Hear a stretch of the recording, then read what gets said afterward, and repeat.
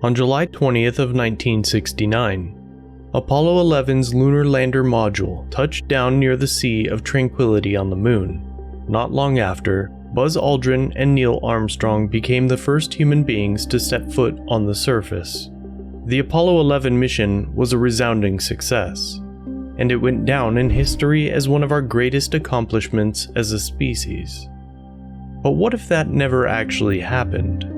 In the decades following Apollo 11's mission, many people voiced tremendous skepticism. Today, there are still many who believe that the lunar landing never actually occurred, and this is perhaps one of the longest-running conspiracy theories in existence. But is there any truth to these theories? What evidence points to a fabricated moon landing? Let's find out.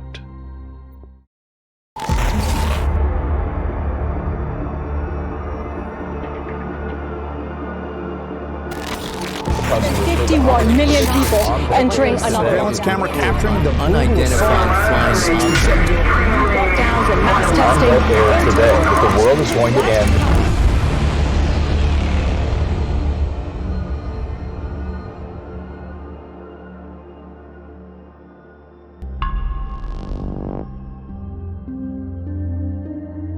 Before we even get into the actual theories, it's important to understand why the United States would even want to fake the moon landing. The core motive would have been relatively straightforward: beat the Russians. This mentality is particularly understandable in the modern era, and during the Cold War, the United States wanted to show the Ruskies that they could keep up. Remember, the Russians weren't just winning the space race before the moon landing. They were doing victory laps around NASA.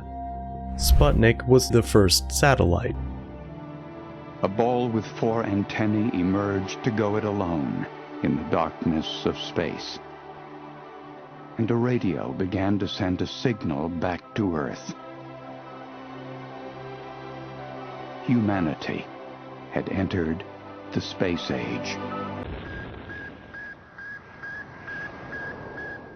Yuri Gagarin was the first man in space, and Russia had sent unmanned spacecraft to the moon as early as 1959.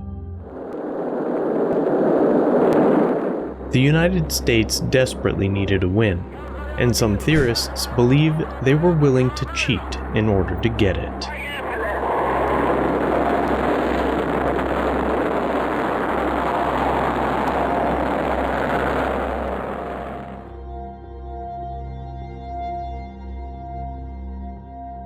Conspiracy theorists mostly mention a number of key points when asserting that the moon landings were fabricated.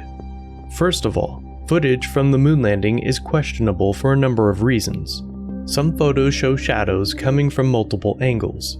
This would only be possible if the objects were being hit by multiple sources of light, not just the sun. While NASA states that light coming from the Earth was capable of creating shadows in addition to the sun, theorists claim that multiple lamps were used, the kind you'd see on a film set. Stars are also mysteriously missing from the sky in many of the photos. Remember, the moon has no clouds or atmosphere, and you would think that this would create an incredible view of space. However, none of the photos show any stars, and the astronauts themselves claim that they didn't see any while walking on the surface. Theorists go one step further, claiming the stars were removed for a reason.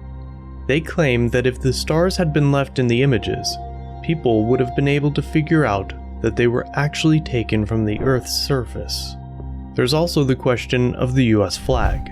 Somehow, the flag appears to be rippling through the wind, even though the moon has no atmosphere.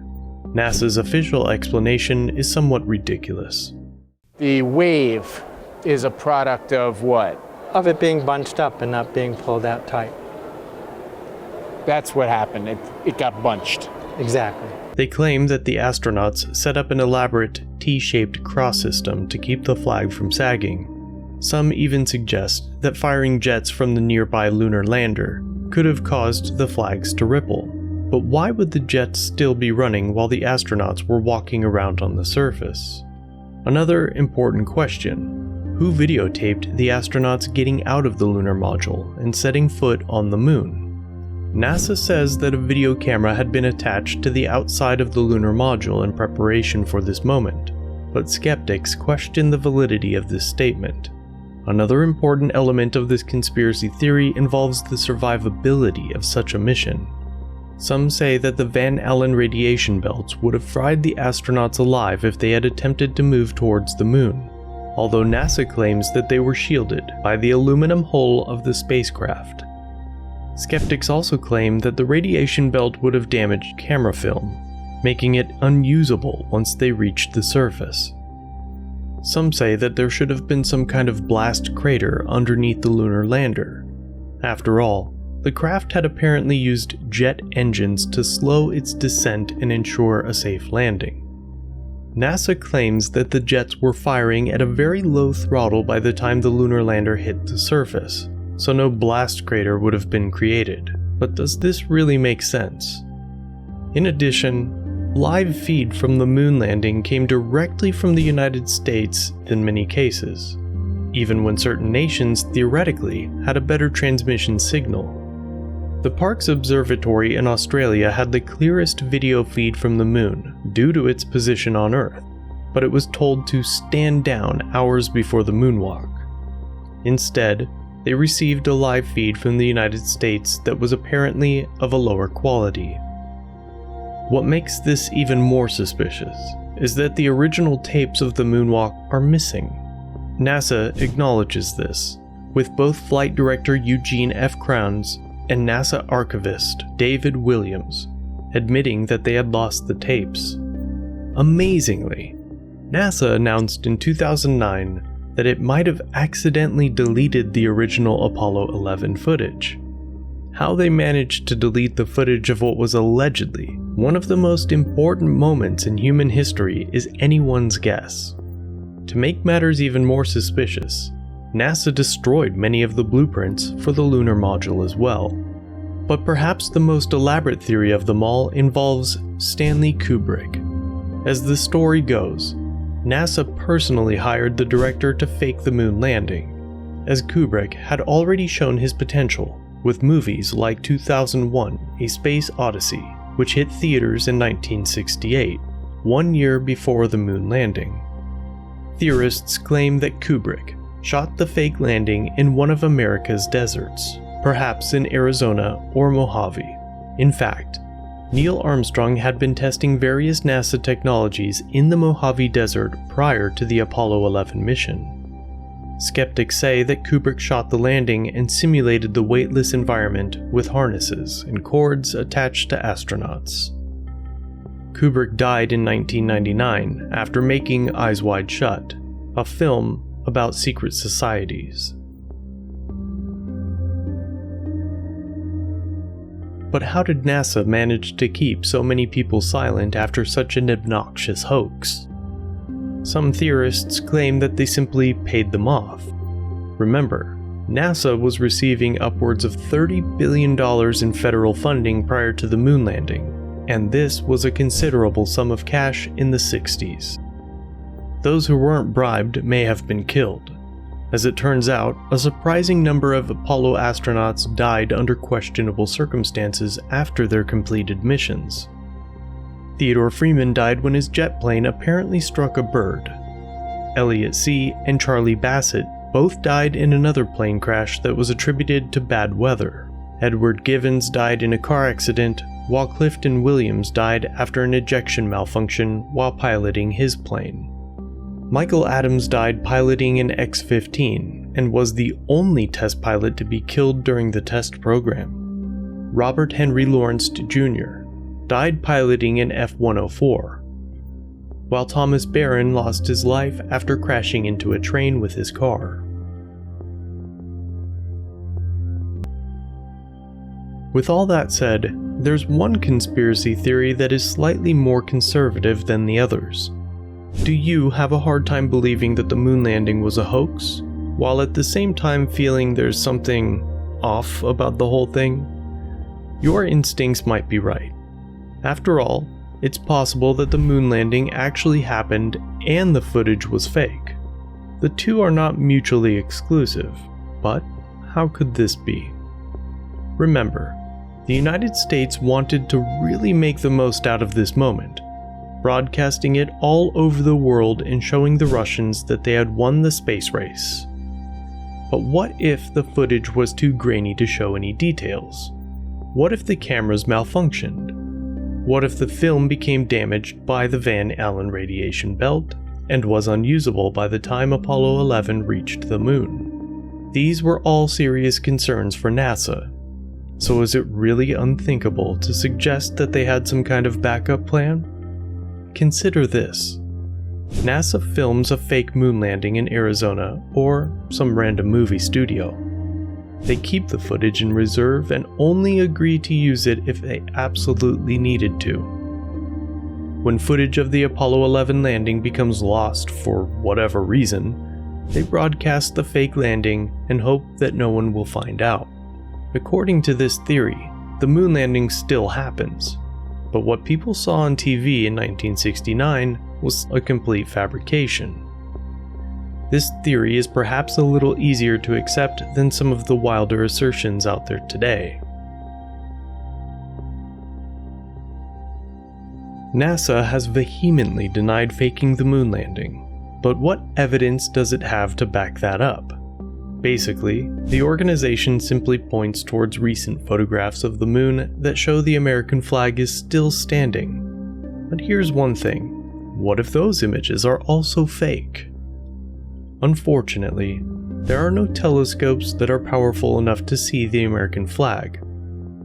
In order to see it for yourself, you'd have to get in a spaceship and fly closer to the moon. But of course, you're not going to get anywhere near the moon without NASA's help. It's a bit of a catch-22. NASA also claims that its collection of moon rocks is clear evidence that the landings actually happened. These rocks were independently examined by scientists who all agreed they came from the moon. However, some conspiracy theorists believe these rocks are simply fragments of lunar meteors that are found on Earth. Make no mistake, lunar meteorites are real. Although rare, we have a considerable number of lunar meteors that naturally fell to our surface from space. These rocks would have been relatively easy to collect from places like Antarctica. In addition, you should know that many of the moon rocks that were apparently collected by the Apollo missions have gone missing. In fact, a total of 180 moon rocks have mysteriously disappeared, leaving only 90 remaining in NASA's possession. Some were apparently stolen by interns, which is difficult to believe considering moon rocks are some of the rarest items on the planet. So did they really just go missing? Or did NASA simply get rid of them to stop people from asking too many questions? Some conspiracy theorists believe that NASA never stopped faking the missions, and the entire organization is basically a scam even to this day. First of all, you should know that it's actually very difficult to find real images taken from space. Most images of the Earth you find online are actually CGI, and NASA regularly publishes images that are complete digital reconstructions. You have to read the fine print, but there's usually a disclaimer that tells you these images aren't actually real. Whenever you see an image of a space station or any other satellite floating above Earth, it's typically fake, some form of CGI. Obviously, you can't take a photograph of a spaceship unless you get out and float back a few meters, and no one would ever do this. And of course, a spaceship can't take a photograph of itself. Even the images that NASA claims are real are usually composites that have been touched up in some way. According to them, it's necessary to alter the raw images due to reflections, light interferences from stars, and other similar excuses.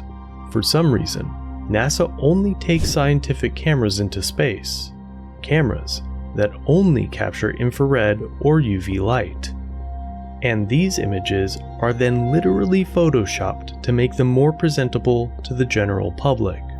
NASA readily admits to this, and of course, many of NASA's photos could have been taken here on Earth. Take this photo of Mars, for example. But the questions don't end here. Many people have also pointed out that NASA's video footage also looks incredibly suspicious at times. I guess so far from me, I like the waters, the shallow waters in the Caribbean. Something's pulling on the back and it's making a slide forwards. Did you look? Can you spot it? At the end of the day, there's only one way to find the truth behind all of this. Go up in space yourself and see the cosmos with your own eyes. Unfortunately, space exploration today seems to be reserved for the ultra-rich and those who have been carefully approved by NASA. Until spaceflight becomes as common as taking a Sunday drive, average folks like us are going to be stuck down here on the surface. And that means that our only real source of information will come from space agencies like NASA. Should we trust the information? Well, I'll leave that decision to you.